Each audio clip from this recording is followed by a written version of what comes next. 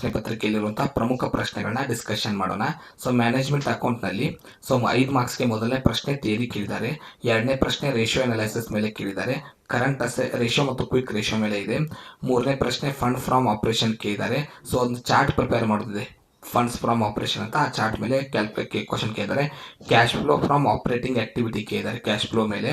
Comparative common size ಒಂದು ಪೇಪರ್ನಲ್ಲಿ ಒಂದಿದೆ, ಒಂದು ಪೇಪರ್ನಲ್ಲಿ ಒಂದಿದೆ. ಸೊ 10 ಮಾರ್ಕ್ಸ್ನಲ್ಲಿ ಮೊದಲನೇ ಪ್ರಶ್ನೆ ಥಿಯರಿ ಇದೆ, ಎರಡನೇ ಪ್ರಶ್ನೆ ಫಂಡ್ ಫ್ಲೋ ಸ್ಟೇಟ್ಮೆಂಟ್. ಸೊ ಪೂರ್ತಿಯಾಗಿ 3 ಅಕೌಂಟ್ ಪ್ರಿಪೇರ್ ಮಾಡೋದಿದೆ. ಫಂಡ್ ಫ್ಲೋ ಸ್ಟೇಟ್ಮೆಂಟ್ 3 ಅಕೌಂಟ್ನ ಪ್ರಿಪೇರ್ ಮಾಡಿದಾಗ ನಿಮಗೆ 10 ಮಾರ್ಕ್ಸ್ ದೊರೆಯುತ್ತೆ. ಕ್ಯಾಶ್ ಫ್ಲೋ ಸ್ಟೇಟ್ಮೆಂಟ್ ಇದೆ, ಒಂದೇ ಅಕೌಂಟಲ್ಲಿ ಲೆಕ್ಕ ಬಿಡಿಸೋದಿರುತ್ತೆ.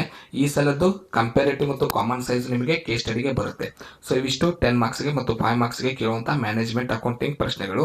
ಸೊ ಇನ್ಕಮ್ ಟ್ಯಾಕ್ಸ್ ಸಬ್ಜೆಕ್ಟ್ಗೆ ಸಂಬಂಧಪಟ್ಟಂತೆ ಅಕ್ಯುರೇಟ್ ಸೇಮ್ ನಂಬರ್ಸ್ ಸಮೇತ ನಾನು ಕೇಸ್ ಸ್ಟಡಿನ ಏನೋ ಅಮೌಂಟ್ ಚೇಂಜ್ ಮಾಡಲಾರ್ದೇ ಹೇಗೆ ಪ್ರಶ್ನೆ ಪತ್ರಿಕೆಯಲ್ಲಿ ಬೀಳುತ್ತೆ ಅದೇನೇ ನಾನು ನಮ್ಮ ಆ್ಯಪ್ನಲ್ಲಿ ಅಪ್ಲೋಡ್ ಮಾಡಿದ್ದೀನಿ. ಸೊ ಆ ಕೇಸ್ ಸ್ಟಡಿನ ರೆಫರ್ ಮಾಡ್ಕೊಳ್ಳಿ. ಇನ್ಕಮ್ ಟ್ಯಾಕ್ಸ್ ಟಫ್ ಇದೆ, ಸ್ವಲ್ಪ ಪ್ರಿಪರೇಷನ್ ಜಾಸ್ತಿ, ಇನ್ಕಮ್ ಟ್ಯಾಕ್ಸ್ನೇ ಮಾಡಿ, ಅದೇ ಪ್ರಾಬ್ಲಮ್ ಬರುತ್ತೆ. ಧನ್ಯವಾದಗಳು.